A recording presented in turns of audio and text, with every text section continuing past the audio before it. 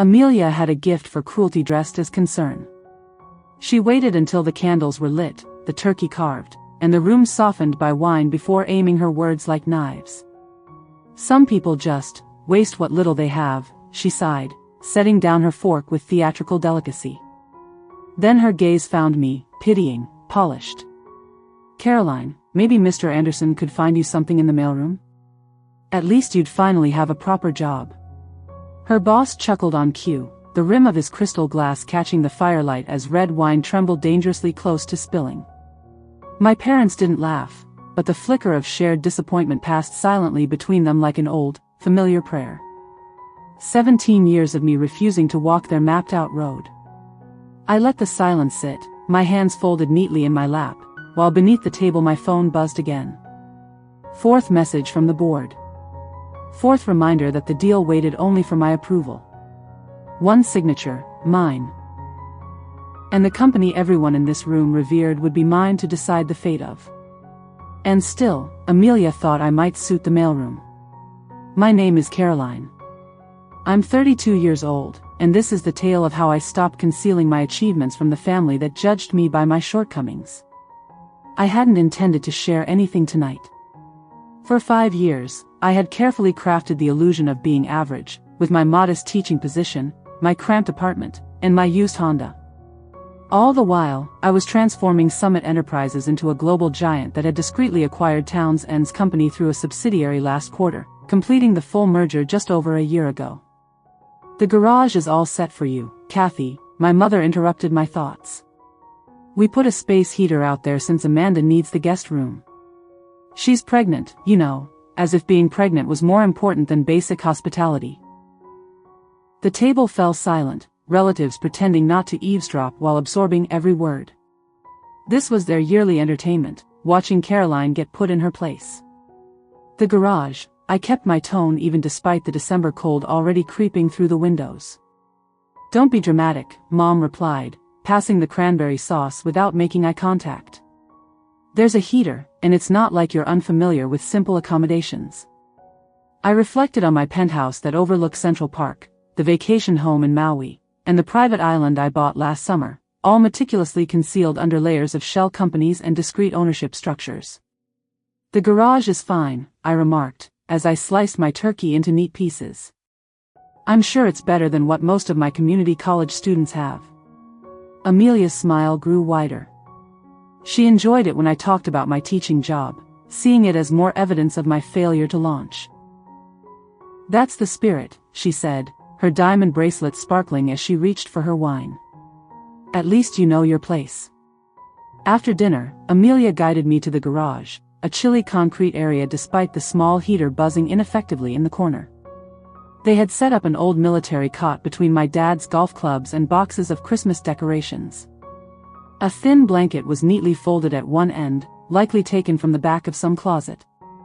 "Dinner tomorrow is at 7 p.m., Amelia announced, her voice resonating in the empty space. "Try not to track any dirt into the house when you come in." As the door clicked shut behind her, I took out my phone.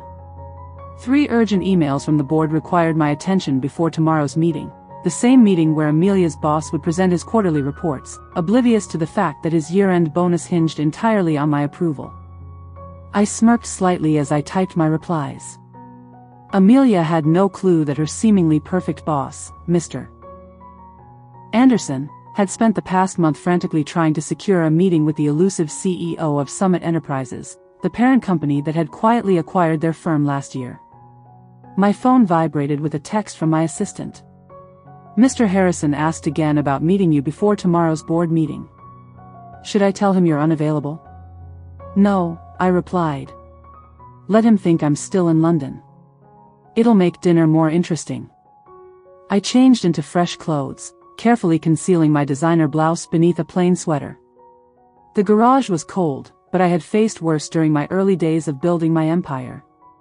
While Amelia was busy climbing the corporate ladder and boasting about each minor promotion, I had been quietly acquiring companies, restructuring industries, and creating something far grander than anyone in my family could envision.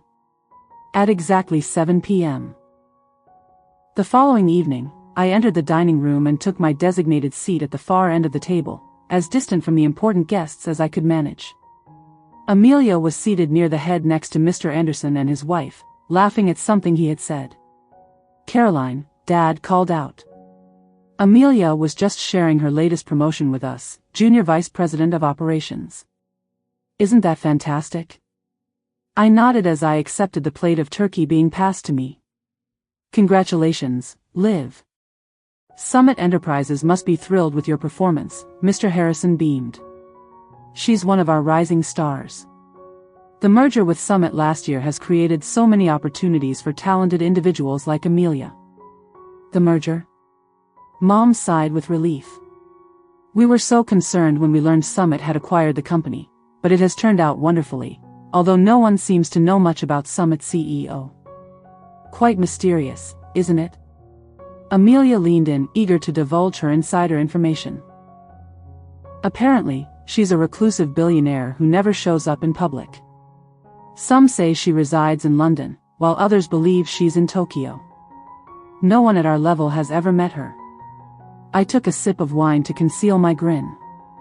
If only they knew that the enigmatic CEO they were discussing was sitting at the end of their table, relegated to sleep in their garage. "I heard she's brilliant," Mr. Harrison interjected.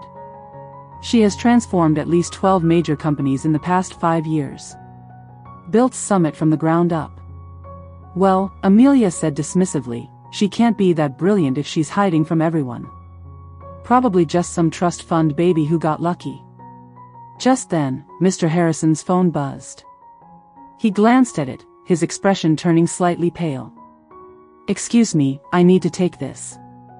He walked into the hallway, yet his voice resonated clearly into the dining room. "Yes, I have those reports prepared for tomorrow's board meeting. No, I haven't managed to contact Mrs. CEO yet. Yes, I realize how crucial she is while still in London." Mr. Harrison returned to the table looking flustered. His previous confidence had faded. Amelia, always keen to impress, quickly dove into another tale about her recent successes. "I just reorganized our entire operations department," she bragged, slicing her turkey into neat pieces. "Saved the company millions." I discreetly checked my phone under the table, pulling up the actual report from that project.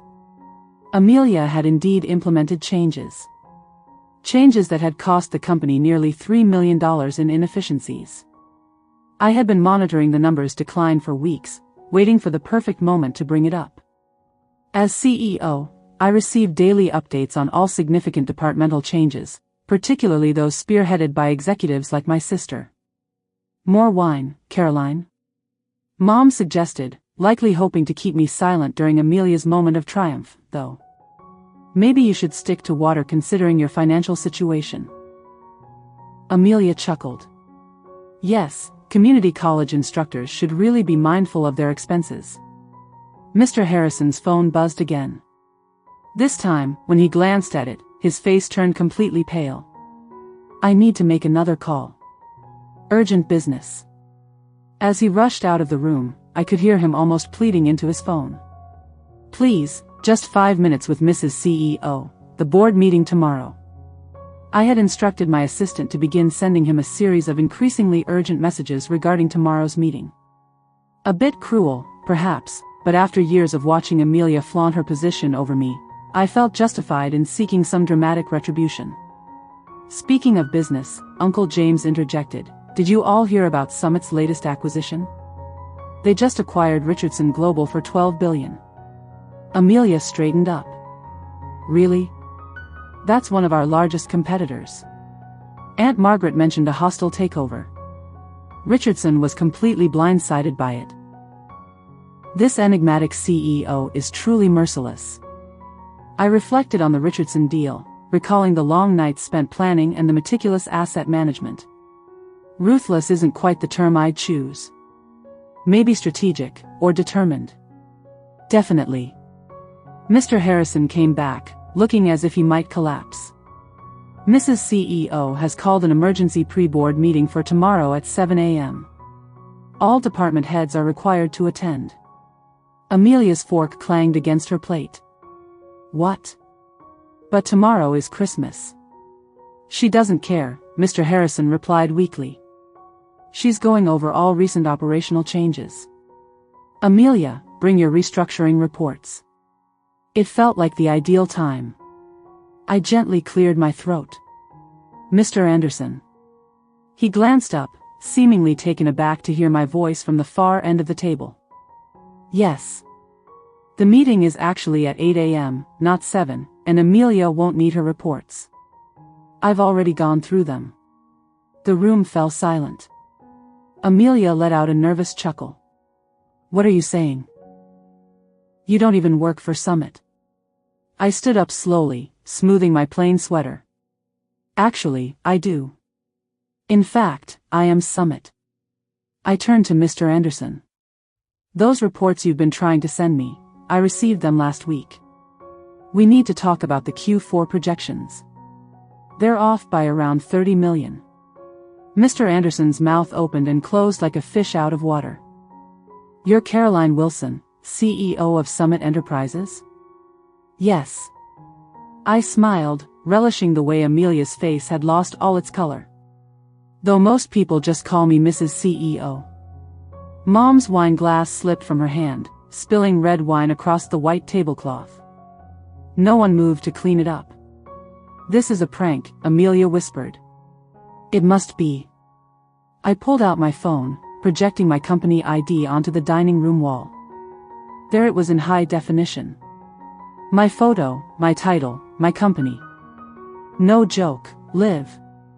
While you were climbing the corporate ladder, I built the building. But you're a teacher, Mom stuttered. I teach one class each semester at the community college. I corrected her because I believe in education and giving back. The rest of my time is dedicated to running one of the largest private equity firms globally. Amelia pushed her chair back from the table, the sound of it scraping against the floor. You can't be serious. You live in a tiny apartment. You drive a Honda. I responded, I own the building where my tiny apartment is situated. As for the Honda, I shrugged it off. It's environmentally friendly, unlike your Mercedes, which, by the way, you probably shouldn't have charged to the company account. Mr. Dr. Anderson had sunk into his chair, likely recalling every condescending remark he'd made in meetings about the enigmatic CEO. The garage, he muttered. We made you sleep in the garage. Yes, I replied softly. You did. All of you were so focused on judging me by appearances that you never took the time to look deeper. I turned to Amelia. Do you remember last month when you denied Sarah an accounting time off for her son's surgery? Amelia nodded silently. I personally approved her medical leave and arranged for the best specialist in the country because that's what true leaders do. They care for their people. Dad finally found his voice. Why didn't you tell us? Would it have made a difference? I asked, locking eyes with him. Would you have treated me any differently if I hadn't met your standards of success? This family values worth based on brand names and bank balances. I aim to create something meaningful. I turned to Mr. Anderson. The board meeting tomorrow will go on as planned.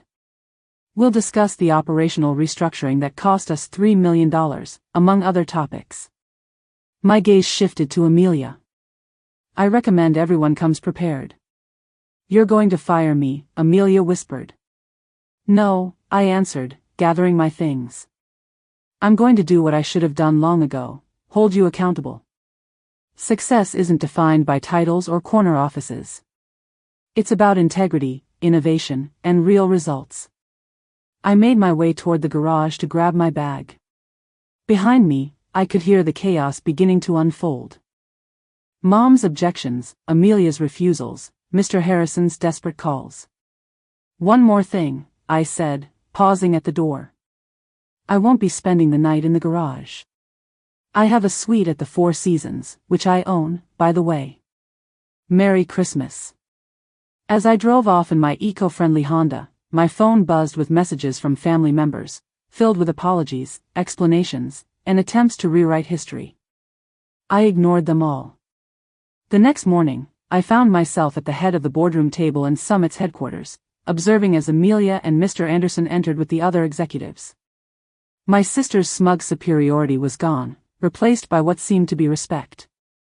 Before we start, I announced, I want to discuss company culture, how we treat individuals regardless of their title or perceived status, because success is not solely about profits, it's about character.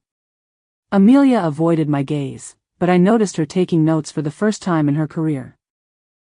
Sometimes, the best revenge isn't about settling scores. It's about demonstrating that their judgment of you never held any significance. While they were busy looking down on me, I was constructing an empire. And as for next Christmas, I think I'll host it at my place. All 15,000 square feet of it. Let them sleep in the garage.